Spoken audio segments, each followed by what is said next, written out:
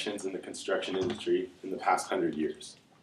From the first time my dad lifted me up and sat me on the seat of the 16-ton excavator when I was a little kid, I was enthralled in these machines.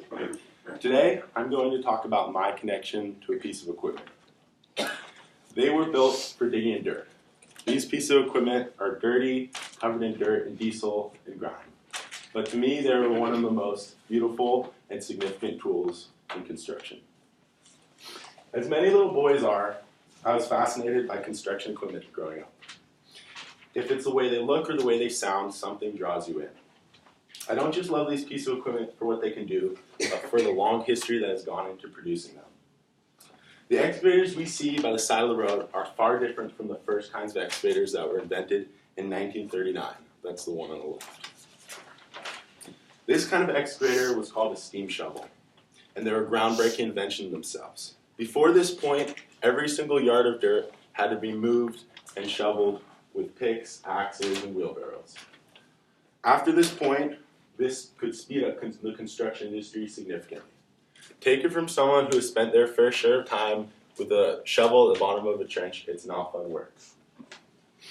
So why is it that we don't see any of these steam shovels in existence in the construction industry today?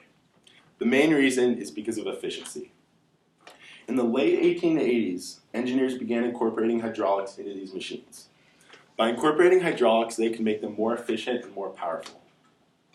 In 1997, the first fully hydraulic excavator was built.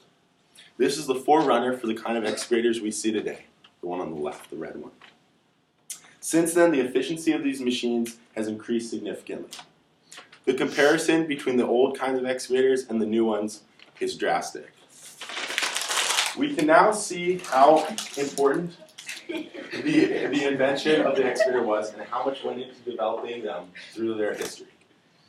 The driving force for this manufacturing of this equipment was mankind's outlook onto how to minimize the amount of labor that goes into doing that. Although there's still much physical labor involved in the construction industry, this equipment has minimized this drastically.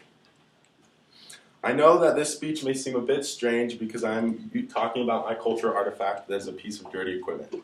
But to me, there is no other physical object that represents the single greatest invention ever to come into the construction industry. Thank you.